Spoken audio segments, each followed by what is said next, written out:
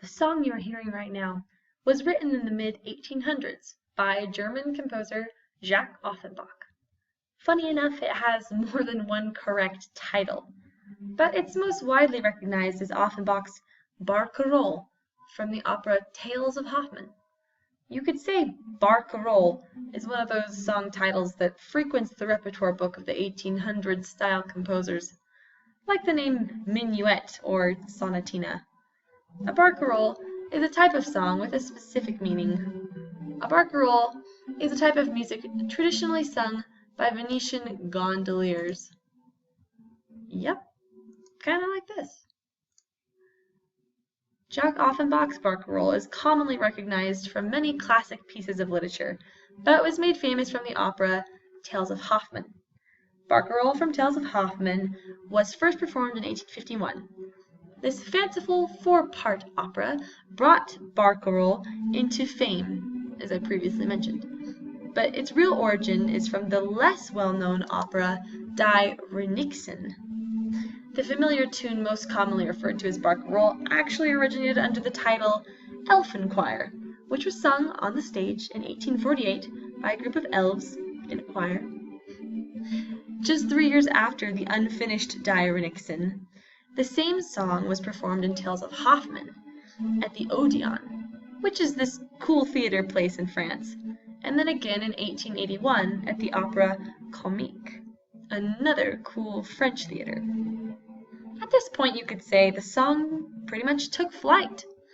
It's probably likely that you've never heard of Tales of Hoffmann, Die Renixen, or the Opera Comique, but I bet a lot of you are able to sing along with the tune. That's because the song has been used in a ton of modern media, and a good percentage of the public has been introduced to it at some point or another. You may recognize it from the classic Italian World War I film, Life is Beautiful, right here, one of my favorites. Or perhaps from the Oscar-winning film Midnight in Paris.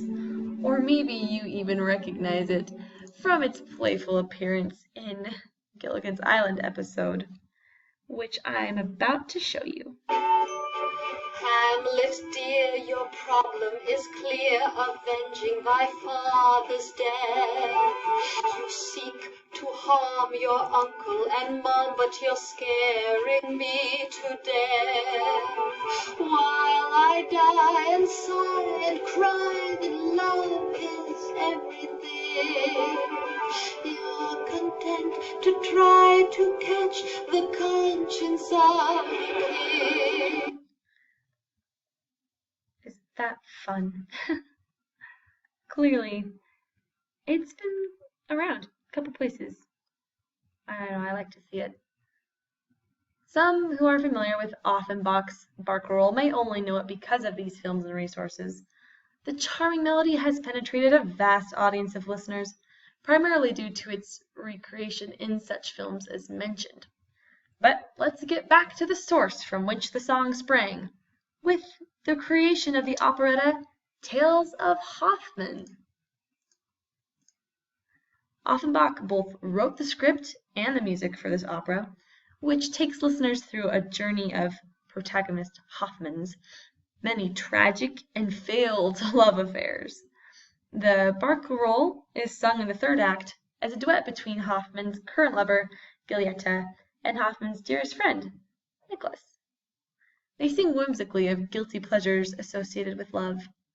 Of all the operettas Offenbach wrote, Tales of Hoffmann was definitely the most well-known, and Barcarolle and one other song, the Hoffmann-Giulietta duet, are considered the two best numbers in the show.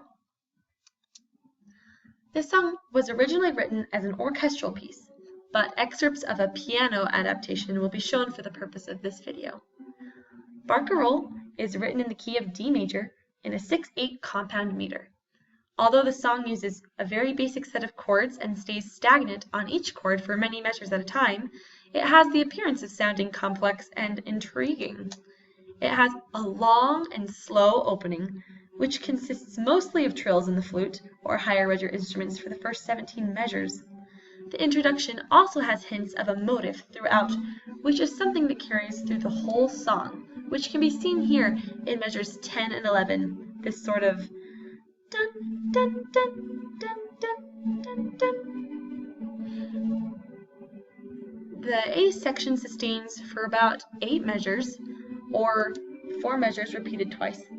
It's based entirely on the 1 chord and begins on the 3rd scale degree with a combination of skips and steps. The upper voices, such as flutes, seem to extend from original motive in the introduction, and a violin voice adds the melody line underneath. A second motive begins to form in measure 42, which is also layered in and out in the entirety of the song. Much of the melody is met with simple 3rd-step harmonization. Here it's found in the bass clef, as the upper voices continue with the first motive. Actually, we can hear right now.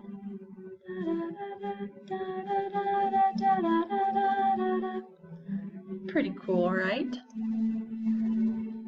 The B section is in a similar format to the A section, in that it is a 4 measures repeated twice, or 1 long 8 measure. Instead of keeping with old A section tradition of comfort within the 1 chord, however, the B section is built around the 4 chord. As the motive in the upper voice develops, it transitions from the 3rd scale degree of an F in the bass clef to the 5th scale degree, the A in the treble clef. The melody line throughout the B section continues to move mostly by steps. This section develops as the motive from the introduction becomes once again the main motive of interest and is played over and over while increasing by 1 scale degree at a time, then descending in a similar manner back to its place on the 5th scale degree. Despite the contrast to the motive structure and musicality within this section, the lower voices continue to arpeggiate a simple 1 chord. The C section becomes only slightly more interesting as it begins to weave some of the motifs and ascend step by step. This slight change in musicality only persists for 5 measures before leading us back into the more established and standard A section. The A section plays on in an identical fashion as before, but the music has been given more of an opportunity to swell and grow to lead to the outro, or the closing part of the song.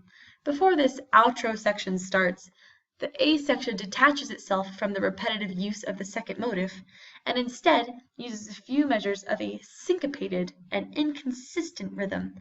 The change from this motive to this rhythmic part successfully steers the piece in the new direction of closure. Da-dum, da-dum, da-dum, da-dum, da-dum, as we see right there. Barcarolle has an outro custom made to reflect its intro. Upper voices are playing the original motive, while the second motive has dissipated.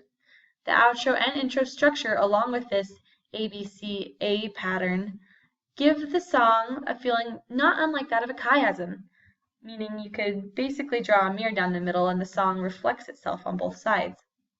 This chiasm thing was a brilliant move on Offenbach's part, and should leave the listeners feeling very fulfilled and satisfied. Though the song is rather plain and simple, its beauty is undeniable. Other highly simplistic songs which broke the molds of basic theory guidelines were also written around the same time frame. Though such songs of the 1800s had parallel fifths and thirds, and though the songs kept in major 1, 4, and 5 chords, the songs themselves were a great success and undeniably aesthetic. In sum, the Barcarolle from Tales of Hoffmann is a timeless piece. It has been said that the Barcarolle is one of the world's most popular melodies. From an operetta to soundtracks to films and to television shows, this Barcarolle is widely recognized. Whether the song strikes memories of the World War I classic film, or the romantic Midnight in Paris, or even the whimsical adaptation of Hamlet in Gilligan's Island, Offenbach has brought this beautiful and simplistic song to the ears, hearts, and souls of many gratified listeners.